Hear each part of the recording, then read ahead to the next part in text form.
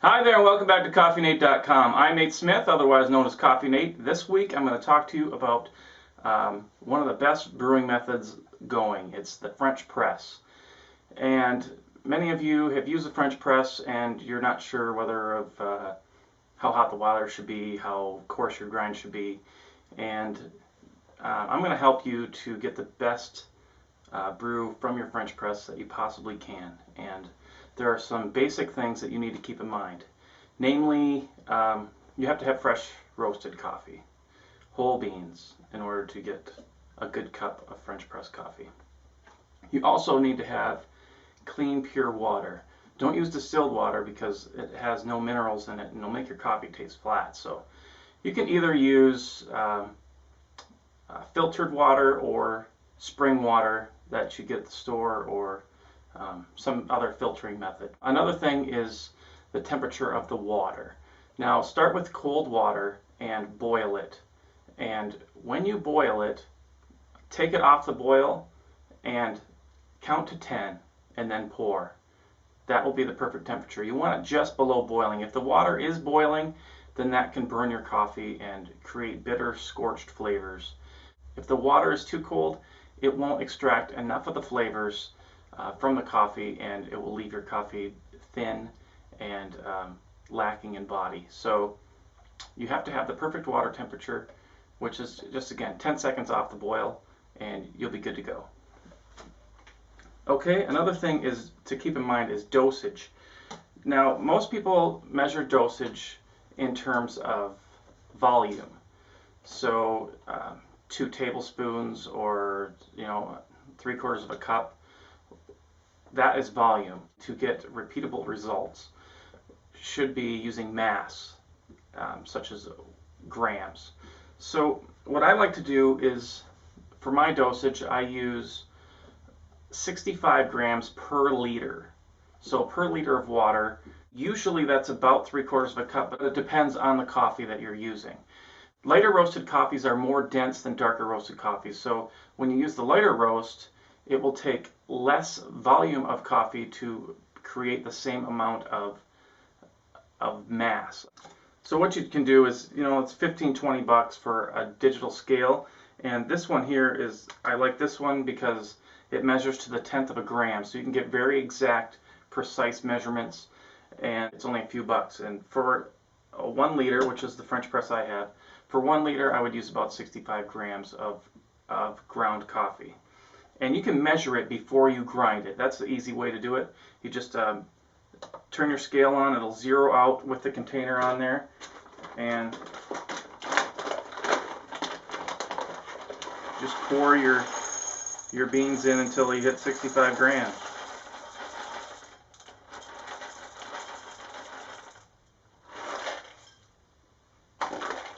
And then you can just take them out. When you hit 65, you're good to go. Alright, it's as simple as that. Then you just pour them in here. Now I've measured that out, and it's a little more than 3/4 of a cup. If you use lighter roasted coffees, it'll be maybe just below 3/4 of a cup. So it's around there, and it's about 2 measured tablespoons per 6 ounces of water. So you can use just measuring cups and whatnot, but it will give you a little bit of fluctuation in your dosage. So set your grinder to a very coarse setting. I like to use a setting that is a little bit finer than percolator setting. The longer the water is in contact with the coffee, the more coarse your grind should be. But you can use whatever grind you want, but start with a coarse grind and you can work it finer and see what you get. The finer you go, the more bitter and sludgy your coffee will be. There are different screens on the French presses though. Some of them are metal, some of them are nylon. This one is a nylon screen, and it's finer. The nylon screens, you can get away with a little bit of a finer grind than the metal screens. Alright, so the next step you do is just pour your ground coffee into the brewer. Since you've already measured your coffee before you put it in the grinder, there's no need to measure it again. It's perfect. What I do is I start my timer at the exact same time that I start pouring, because I pour very slowly. It takes me more than a minute to pour, and that's because I don't stir it. I just make sure that I get all the grounds wet, and you do a nice gentle and continuous pour. What that does is it doesn't upset the coffee too much, but it makes sure that all of the coffee gets wet and that's all evenly extracted. My kettle is just boiled, and it's been about 10 seconds, so I'm going to start my timer at 4 minutes, and I'm just going to pour. Just keep pouring in small circular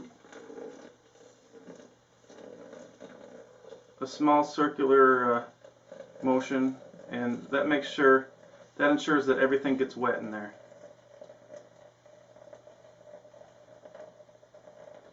Now when you stir, some people stir, some people don't. When you do stir it, what it does is it actually lowers the water temperature, and it speeds up the extraction of the coffee. So you may want to use a shorter steep time, and what you could end up doing when you stir it is make the water too cold for proper extraction, and you can also, another problem may be that you over extract the coffee, making it more bitter flavored. So I just continuously pour in this motion, and it wets all of the grounds, and there's really no need to stir after this. So I fill the water right up to the lip so that it's almost coming out.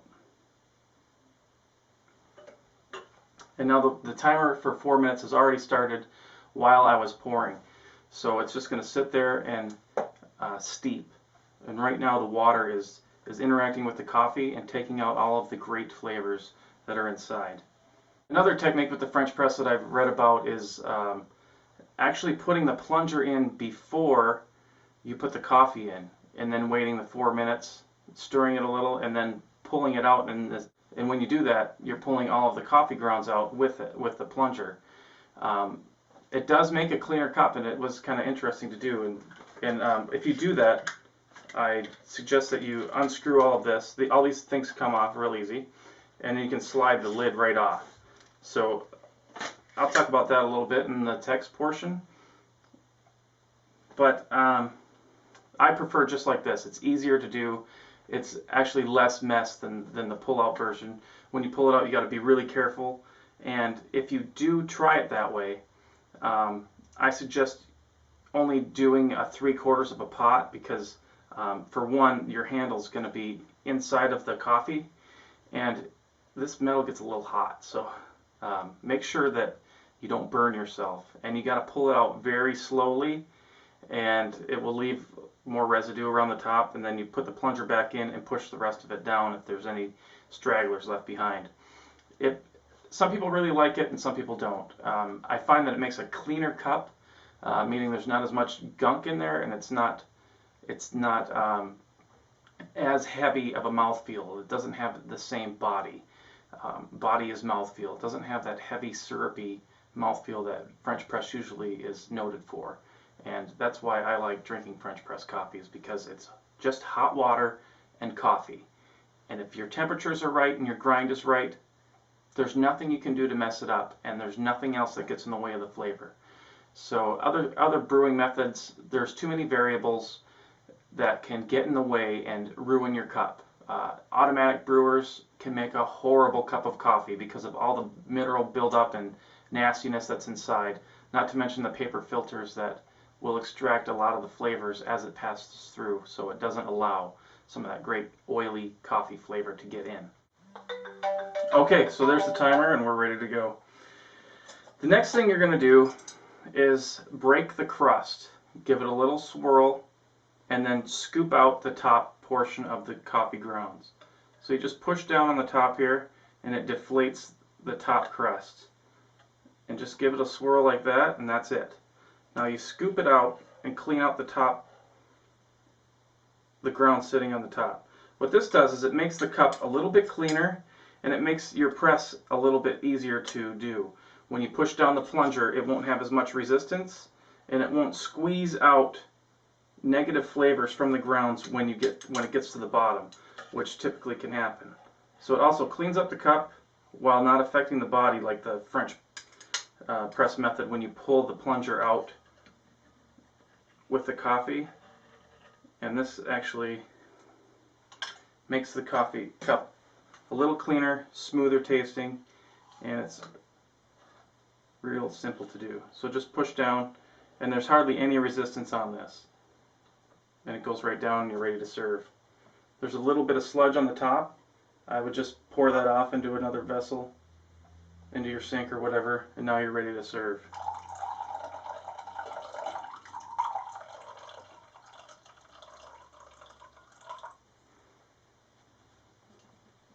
There you have it. Perfect French press coffee.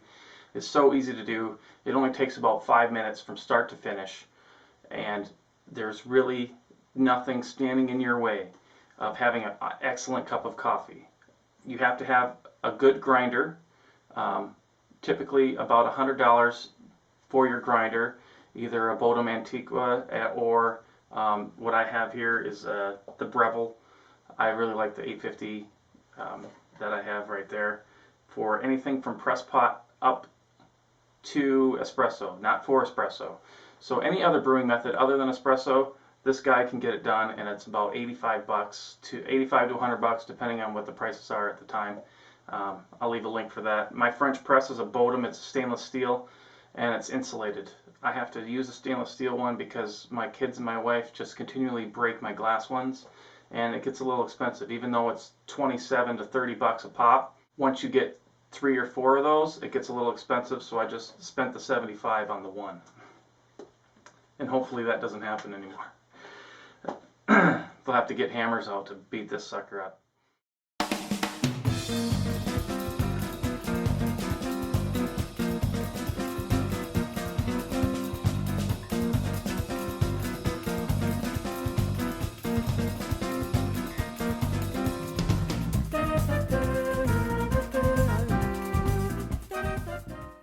One question I had come in was what type of plunger, what type of French press should you get?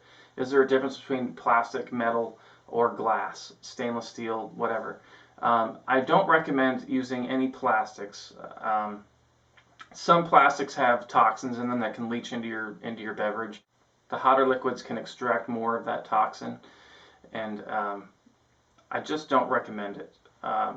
Some plastics can also impart flavors into your coffee that you will not want there. So the more metal, the better.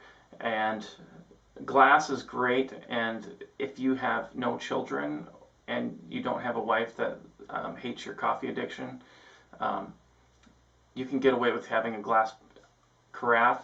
I can't because my wife's vindictive and my kids are clumsy. So I have to go with the stainless steel to save myself some headaches. This week I got a special for you. I'm going to give away 2 bags of Speakeasy Amaro Gallo Natural Coffee. Amaro Gallo coffee is really excellent stuff, and it's something I was planning on reviewing for this show, and I had a bag that's like almost twice the size of these, and I drank it with my friends in a day and a half. It was so good. It has some banana taste to it, some bananas and blueberry, brown sugar, and milk chocolate, and it has some great flavor combinations, and I really recommend you try some of that. If you can find any Amaro Gallo naturally processed coffee, give it a shot. The natural process is where the fruit is left on the coffee bean, and the fruit imparts some flavors and influences some of the flavor in the cup. So to win some of this Amaro Gallo natural processed coffee from Speakeasy Coffee Roasters, all you have to do is join our Facebook page at facebook.com/coffeenate and the number 1, or sign up for the email lists at the top right corner of this page. Do any of those things and you'll get entries. Retweet my tweets on Twitter, you'll get an entry for that as well. And 2 people will win some great coffee. I'm going to announce the winners on September 1st. So you have until August 31st at midnight to get your entries in. I've gotten some awesome emails this week. I just want to thank you so much for those of you who have sent me emails, questions. I'm trying to get to all of them, but I'm getting a little bit backlogged. What I really want to thank you guys for is the encouraging remarks of how you are progressing in your coffee knowledge as the same time I am. Maybe you're a couple steps behind, but you know what? I'm not there yet, and I don't think I ever will be. There's like three classes of coffee people. There are the people who drink Folgers and nasty stuff, no name brand, pre-ground garbage, right? They're down here. And then there's the people who are learning and do have the basics down of how to make a great cup of coffee. That's where I'm at. And then there's the super freaks, the super coffee geeks who are up here. They're taking temperature readings, and they're using electronic gadgets to determine how coarse their grind is, and then they measure how many dissolved solids are in their coffee brews. I'm not there at all, and you know what? I don't even know if I want to go there, because what I want to do is have a great cup of coffee that's sourced ethically and brewed properly, and I want to help you do the same thing. So you can send in questions, comments. I try to respond to everything, and to help you to gain a better appreciation for the beverage that I love so much. Thanks so much for joining me this week at CoffeeNate.com, and I hope to see you next week, because there's always something brewing.